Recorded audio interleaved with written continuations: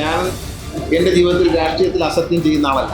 അതിൻ്റെ വിലയായി ഇദ്ദേഹം കാണിച്ചിരിക്കുന്ന 27,75,000 രൂപയാണ്. ഇത് കാണിക്കുന്നത് പേന എടുത്ത് കാണിച്ച ഉദാഹരണം പാവങ്ങളെ പറ്റിക്കാൻ. എന്നെ സംബന്ധിച്ച് എന്നെക്കുറിച്ച് പറയുന്ന വ്യക്തിപരമായി പറയുന്ന കാര്യങ്ങൾക്കൊന്നും മറുപടി പറയുന്ന ആൾ. അഴിമതി കിടക്കുന്നതിനെതിരെ പ്രവർത്തിക്കുന്ന ഒരു പൊതുപ്രവർത്തകനാണ്. KSRTC ഇദ്ദേഹം 4 കോടി നഷ്ടമെന്ന് പറയുന്നിടത്ത് 3,20,00,000 രൂപ ലാഭമുണ്ട്. പ്രധാനമായും കഴിഞ്ഞ ദിവസം കേരളത്തിലെ ഒരു പ്രമുഖ മാധ്യമം KSRTCയിലെ ബസ്സുകൾ വാങ്ങിയതിൽ വലിയ തട്ടിപ്പ് നടന്നു എന്ന മട്ടിലൊരു വാർത്ത പ്രചരിപ്പിച്ചു. അതിൻ്റെ സത്യാവസ്ഥ കേരളത്തിലെ ജനങ്ങളെ ബോധ്യപ്പെടുത്തേണ്ടതുണ്ട്. വ്യാജ വാർത്തകൾ ചമച്ച് പ്രചരിപ്പിക്കുന്നത് ഒരു മാധ്യമ ധാർമ്മികതയ്ക്ക് ചേർന്നല്ല. അതിൻ്റെ കാരണം എന്ന് പറയുന്നത് KSRTC ഒരേ ദിവസം 2 വിലക്കുള്ള വണ്ടി വാങ്ങിയെന്നാണ് ആ മാധ്യമ പ്രവർത്തകൻ വാർത്തയിലൂടെ പ്രചരിപ്പിച്ചത്. അത് തെറ്റായ വാർത്തയാണ്. അദ്ദേഹം അതോടൊപ്പം ചില രേഖകൾ മാധ്യമത്തിലൂടെ ടിവിയിലൂടെ കാണിച്ചു. അത് തെറ്റായ രേഖകളാണ്. അത്തരത്തിലൊരു രേഖ KSRTCയിലില്ല. അദ്ദേഹം പറഞ്ഞ വിലയ്ക്ക് KSRTC ഇടതുപക്ഷ ജനാധിപത്യ മുന്നണിയുടെ കാലത്ത് വണ്ടി വാങ്ങിയിട്ടുണ്ട്. അദ്ദേഹം ഒരു വാർത്തയിൽ പറയുന്നത് ഇത്തരത്തിലൊരു വാർത്താ സമ്മേളനം വിളിക്കേണ്ട കാര്യമാണ്. ഞാൻ എൻ്റെ ജീവിതത്തിൽ രാഷ്ട്രീയത്തിൽ അസത്യം ചെയ്യുന്ന ആളല്ല. അഴിമതി കിടക്കുന്നതിനെതിരെ പ്രവർത്തിക്കുന്ന ഒരു പൊതുപ്രവർത്തകനാണ്. എൻ്റെ രാഷ്ട്രീയ തുടക്കം മുതൽ കഴിഞ്ഞ 25 വർഷക്കാലം ഞാൻ എന്നും അഴിമതിക്കെതിരെ പോരാടിയിട്ടുണ്ട്. എൻ്റെ പോരാട്ടങ്ങൾ ശരിയാണ് എന്ന് കാലം തെളിയിച്ചിട്ടുണ്ട്. അപ്പം ഞാനൊരു മന്ത്രിയായിരിക്കുന്ന സമയത്ത് ഇടതുപക്ഷ ജനാധിപത്യങ്ങളുടെ ഭരണകാലത്ത് തെറ്റായ ഒരു നടപടി ഉണ്ടായി എന്ന് പറയുന്നത് എനിക്കും പ്രത്യേകിച്ച് ഇടതുപക്ഷ ജനാധിപത്യ മുന്നണിക്കും അതിൽപ്പെട്ട ഘടകകക്ഷികൾക്കും ലജ്ജാകരമായ കാര്യമാണ്. ഈ വാർത്ത അസത്യമാണ് എന്ന് തെളിയിക്കുന്നതിന് വേണ്ടിയിട്ടാണ് ഈ പത്രസമ്മേളനം. അതിൻ്റെ എല്ലാ രേഖകളും നിങ്ങളെ ഞാൻ കാണിക്കാം. KSRTC ഒരിക്കൽ പോലും ഈ പറയുന്ന 29 ലക്ഷം 2 തരം വണ്ടികളാണ് KSRTC പറ്റി പറയുന്നത്. ഈ വാർത്തയിൽ കാണിക്കുന്ന ഒരു വണ്ടിയുണ്ട്. ആ വണ്ടി അടിസ്ഥാനരഹിതമായ വാർത്തയാണ്. ആ വണ്ടിയുടെ രജിസ്ട്രേഷൻ നമ്പർ എന്ന് പറയുന്നത് KL15A 7977 എന്ന വണ്ടിയാണ്. അത് എയർ സസ്പെൻഷനോട് കൂടിയ സൂപ്പർ ഫാസ്റ്റ് ബസ്സാണ്. അതോടൊപ്പം അദ്ദേഹം വാർത്തയിൽ കാണിക്കുന്ന മറ്റൊരു വണ്ടി, ആ വണ്ടി അതേ ദിവസം വാങ്ങിയെന്ന് പറഞ്ഞ് കാണിക്കുന്ന വണ്ടിയാണ്. ആ വണ്ടിയുടെ വില എന്ന് പറയുന്നത് ഈ വാർത്തയിൽ പറയുന്നു 29,82,000 രൂപയ്ക്ക് ചേസിസ് വാങ്ങിയെന്നാണ് പറയുന്നത്. പക്ഷെ തികച്ചും അത് വ്യാജമാണ്. ആ വണ്ടിയുടെ KSRTC കൊടുത്തിരിക്കുന്ന വില 21,64,000 രൂപ. അതായത് 6-7 ലക്ഷം രൂപയോളം 8 ലക്ഷം രൂപയോളം ഈ ഒരൊറ്റ വണ്ടിയിൽ ഈ വാർത്ത ചെയ്ത ലേഖകൻ കൂട്ടിക്കാണിച്ചിരിക്കുന്നു. അതുമായി ബന്ധപ്പെട്ട് പ്രസിദ്ധീകരിച്ചിരിക്കുന്ന ഒരു രേഖയുണ്ട് TV-യിൽ കാണിക്കുന്നത്. അത് KSRTCയിലെ ഔദ്യോഗിക രേഖയല്ല. ഈ രേഖയാണ് അദ്ദേഹം അതിൽ കാണിക്കുന്നത്. ഇത് ഔദ്യോഗിക രേഖയല്ല. ഈ രേഖയിൽ പറയുന്നത് തെറ്റാണ്. യഥാർത്ഥ കണക്കനുസരിച്ച് ഈ വണ്ടി വാങ്ങിയിരിക്കുന്നത് 21 രൂപയ്ക്കാണ്. ഈ എയർ സസ്പെൻഷനുള്ള വണ്ടി വാങ്ങിച്ചിരിക്കുന്നത്. അടുത്തത്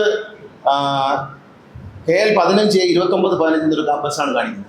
ആ ബസ് സ്പ്രിംഗ് സസ്പെൻഷനുള്ള ഫാസ്റ്റ് പാസഞ്ചർ ബസ്സാണ്. അപ്പോൾ 2 തരം വണ്ടികളാണ്. സൂപ്പർ ഫാസ്റ്റ് വേണ്ടി വാങ്ങിയത് എയർ ബസ്സും ഫാസ്റ്റ് പാസഞ്ചറിന് വേണ്ട സ്പ്രിംഗ് സസ്പെൻഷനോ വാങ്ങി. അതിൻ്റെ വിലയായി ഇദ്ദേഹം കാണിച്ചിരിക്കുന്ന 27,75,000 രൂപയാണ് കാണിച്ചിരിക്കുന്നത്. പക്ഷേ അതിൻ്റെ യഥാർത്ഥ വില, അതിനുവേണ്ടി KSRTC പേ ചെയ്ത പണം വെറും 20,62,000 രൂപയാണ്. അപ്പം അതിൽ തന്നെ അദ്ദേഹം ഏതാണ്ട് 7 ലക്ഷം രൂപയോളം കൂട്ടിക്കാണിക്കുകയും അതിലൂടെ KSRTCക്ക് 4 കോടി രൂപയുടെ നഷ്ടമുണ്ടായി എന്നാണ് ഈ വാർത്തയിൽ ഈ ലേഖകൻ പ്രചരിപ്പിക്കുന്നത്. ഇത് മാത്രമല്ല, ഇത് ചില സോഷ്യൽ മീഡിയകൾ ഏറ്റെടുത്തുകൊണ്ട് എന്നെ വ്യക്തിപരമായി കരിവാരി തേക്കാൻ, ഇടതുപക്ഷ ജനാധിപത്യ മുന്നണിയെ കരിവാരി തേക്കാനും അഴിമതി നടത്തിയെന്ന് വരുത്തി തീർക്കാനും ഒരു ശ്രമം വൻതോതിൽ നടത്തുകയും അതിൻ്റെ പേരിൽ എനിക്കെന്തോ കാർ കിട്ടിയെന്നൊക്കെ പറഞ്ഞു. അതിനെക്കുറിച്ച് ഞാൻ വിശദമായിട്ട് പറയാം. അപ്പോൾ അത്തരത്തിലൊരു വ്യാജ പ്രചരണം ഒരു അറിയപ്പെടുന്ന ഒരു ഉത്തരവാദിത്തപ്പെട്ട ഒരു മാധ്യമത്തിലൂടെ ഒരു ലേഖനം ചെയ്യുമ്പോൾ അതിൻ്റെ സത്യാവസ്ഥ നിങ്ങളെ ബോധ്യപ്പെടുത്തേണ്ടതുണ്ട്. ഇത് അദ്ദേഹം TV-യിൽ കാണിച്ച സ്ക്രീൻഷോട്ടിൻ്റെ ഇതാണ്. ഇതിൽ ഇദ്ദേഹം പറയുന്നുണ്ട് 27 ലക്ഷം രൂപയ്ക്ക് ഇതെല്ലാം വ്യാജമാണ്. ഈ എഴുതി കാണിച്ചിരിക്കുന്ന ഈ കണക്കുകളല്ല. 27 ലക്ഷം രൂപ, 20,74,000 രൂപ, 593 രൂപ 14 എണ്ണം ബസ്സുകളുടെ എണ്ണം. അതുപോലെ 27,98,000 രൂപയ്ക്ക് 30 ബസ്, 29 ലക്ഷം രൂപ, 30 ലക്ഷം രൂപയ്ക്കൊന്നും KSRTC വണ്ടി വാങ്ങിച്ചിട്ടേ ഇല്ല. അങ്ങനെ ഫിഗറില്ല. KSRTCയിൽ അങ്ങനെ ഫിഗറില്ല, അങ്ങനെ കൊടുത്തിട്ടുമില്ല. അത് എല്ലാവരും അത് വ്യക്തമായി മനസ്സിലാക്കണം. ശരിക്കും പറഞ്ഞാൽ അത് കൃത്യമായി വാങ്ങിയിരിക്കുന്ന വില എന്ന് പറയുന്നത് KSRTC അതിനുശേഷം വാങ്ങിയ വണ്ടി 60 വണ്ടികൾ ആദ്യം വാങ്ങി. അപ്പോൾ GST 28%. അപ്പോൾ നമ്മൾ സ്വകാര്യ വ്യക്തികളും കാർ വാങ്ങിക്കുമ്പോൾ അറിയാം 28% കേന്ദ്ര GST. ആ GSTയിൽ പെട്ടെന്ന് കേന്ദ്ര ഗവൺമെന്റ് അടുത്ത മാസങ്ങളിൽ ഒരു കുറവ് വരുത്തി അത് 28% എന്നുള്ളത് 18% അതിൻ്റെതായ ലാഭമുണ്ട്. അപ്പോൾ ആ GST ഇനത്തിൽ 28% GST വരുന്ന സമയത്ത് 23,47,000 രൂപയ്ക്കാണ് വണ്ടി വാങ്ങിയത്.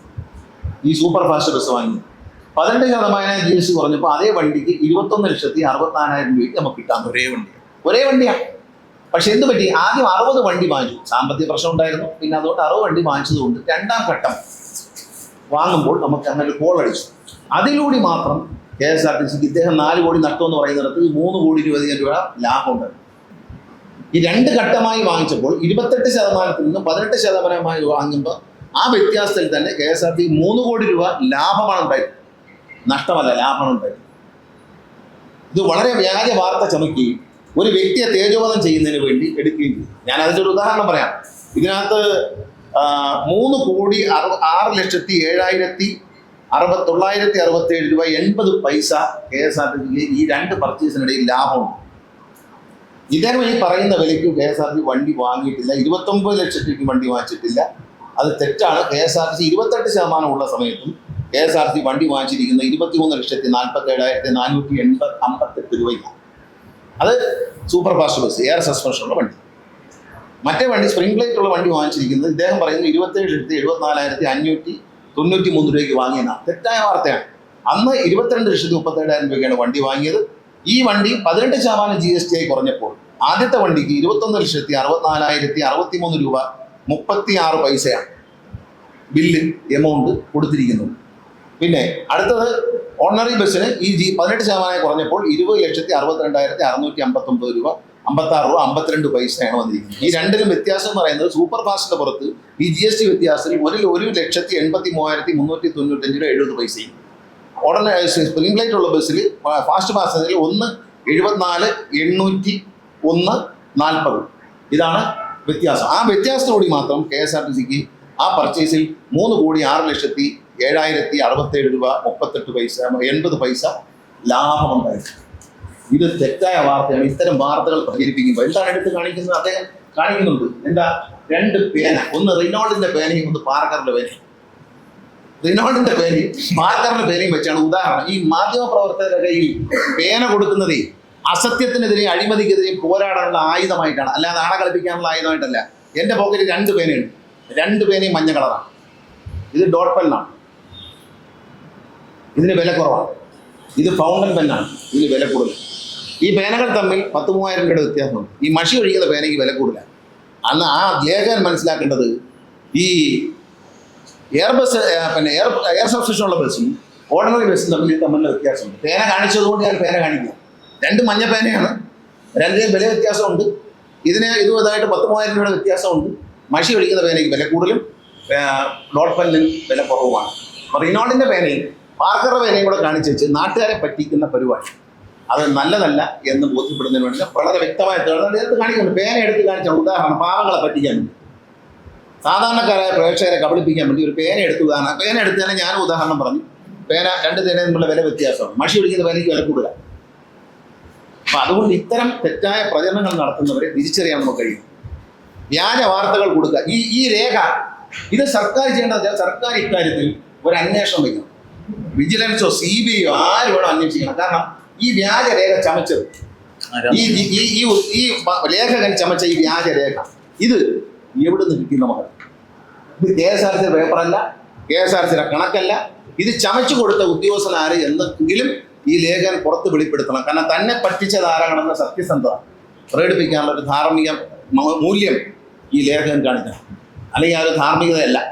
കാരണം അദ്ദേഹത്തെ കബളിച്ചാണെങ്കിൽ അദ്ദേഹം അത് പറയണം, എന്നെ ഇന്ന ആൾ കബളിപ്പിച്ചതാണ്, ഇന്ന രീതിയിൽ രേഖ ഇന്നയാൾ തന്നു എന്ന് അറിയിക്കണം. മാത്രമല്ല ഗവൺമെൻറ് ഇക്കാര്യത്തിൽ ഒരു അന്വേഷണം വയ്ക്കുന്നതിൽ ഞങ്ങൾക്ക് വളരെ സന്തോഷമേ ഉള്ളൂ. CBI വരുന്ന അന്വേഷിക്കുന്നതിൽ എനിക്ക് സന്തോഷമില്ല. പിന്നെ ഞാൻ ആരുടെയും കൈക്കൂലി വാങ്ങിച്ചിരിക്കുന്നതല്ല, അതിൻ്റെ ഗതികേട് എനിക്കില്ല. ഞാൻ സിനിമയിൽ അഭിനയിച്ച് ജീവിച്ചവനാണ്, എൻ്റെ വീട്ടിൽ ഇച്ചിരി സാമ്പത്തികമുള്ളവനാണ്, എനിക്ക് ജീവിക്കാനുണ്ട്. കുറേ സോഷ്യൽ മീഡിയക്കാരെ ഇറക്കാൻ ഇത് പറഞ്ഞാൽ അവരെ ഇളക്കി വിട്ട് മറ്റു മാധ്യമങ്ങളൊന്നും ഏറ്റെടുക്കുന്നില്ല. അവരെ ഇളക്കി വിട്ടിട്ട് അവരെന്ത് അനാവശ്യം പറയും. സോഷ്യൽ മീഡിയയിൽ അനാവശ്യം പറഞ്ഞവർക്കെതിരെ നിയമ നടപടി സ്വീകരിക്കാൻ ബഹുമാനപ്പെട്ട മുഖ്യമന്ത്രിയെയും ആഭ്യന്തരമന്ത്രിയും തന്നെ സമീപിക്കും. ഇതിലൊരു അന്വേഷണം വേണം. ഈ ലേഖകന് ഇതെവിടെ നിന്ന് കിട്ടി?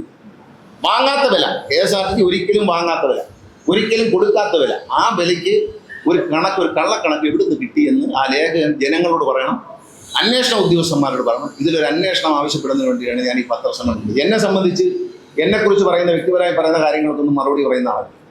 പക്ഷേ ഇത് ഇടതുപക്ഷ ജനാധിപത്യമാണ്. 10 വർഷം കേരളം ഭരിച്ച ഇടതുപക്ഷ ജനാധിപത്യ മുന്നണിക്ക് കളങ്കം ചാർത്തുന്ന ഒരു കാര്യമായതുകൊണ്ട് രാഷ്ട്രീയപരമായി ഇത് കാണുന്നതുകൊണ്ടാണ് ഞങ്ങൾ ഇത് ഒരു അന്വേഷണം വേണം എന്നാവശ്യപ്പെടുന്നത്. ഇടതുപക്ഷ ജനാധിപത്യ മുന്നണിയുടെ ഭരണകാലത്ത് അഴിമതി നടന്നിട്ടില്ല എന്ന് തെളിയിക്കേണ്ട ബാധ്യത ഞങ്ങൾക്കുണ്ട്.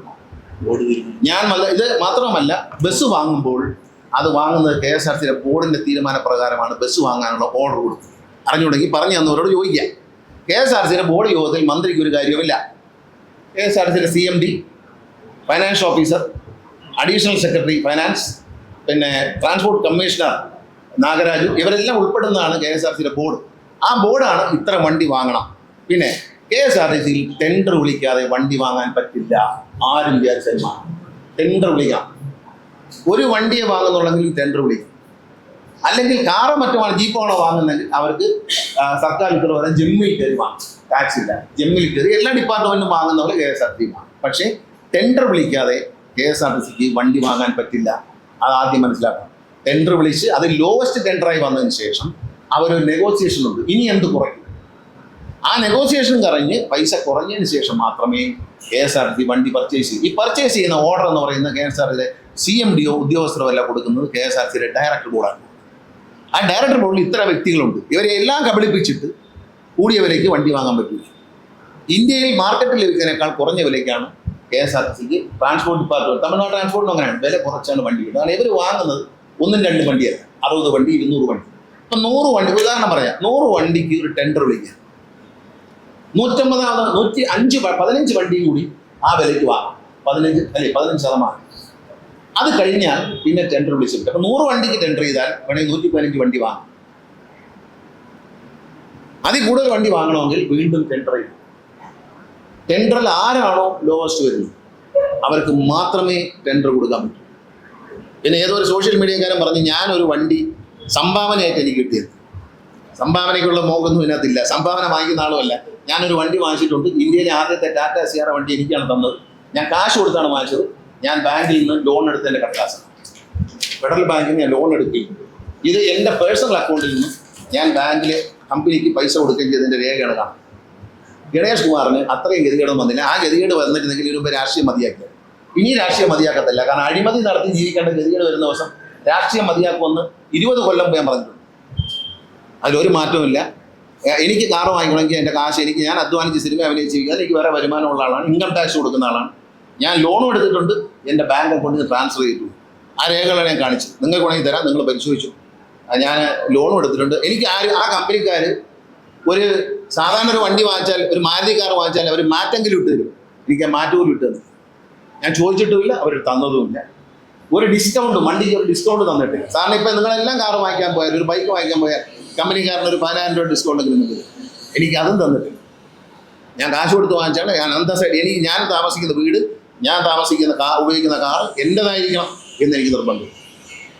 ഇതെൻ്റെയും കൂടെ ആണല്ലോ എന്ന് വേറെ ആൾ പറയുന്നത് എനിക്ക് അപമാനമാണ്. അതുകൊണ്ട് വ്യക്തിപരമായി ഇത്തരം കാര്യങ്ങൾ പറയുമ്പോൾ പലപ്പോഴും ഉണ്ടാറില്ല. പക്ഷേ എൻ്റെ പാർട്ടി നേതാക്കൾക്ക്, ഇടതുപക്ഷ ജനാധിപത്യ നേതാക്കൾക്ക് ഇടതുപക്ഷ സർക്കാരിൻ്റെ കാലത്ത് ഇത്തരത്തിലൊരു തെറ്റായ നടപടി നടന്നിട്ടില്ല എന്ന് പ്രൂവ് ചെയ്യേണ്ടതുണ്ട്. ഏതൊരു അന്വേഷണം, CBI അന്വേഷണം നേരിടാൻ ഞാൻ തയ്യാറാണ്. ഈ ഒരു പ്രശ്നം ഞാൻ എന്നാലും KSRTC മുഴുവൻ പരിശോധിക്കണം. ഞാൻ KSRTCയിലെ ഉദ്യോഗസ്ഥന്മാർ അഴിമതിക്കാരാണെന്ന് ഞാൻ വിശ്വസിക്കുന്നു.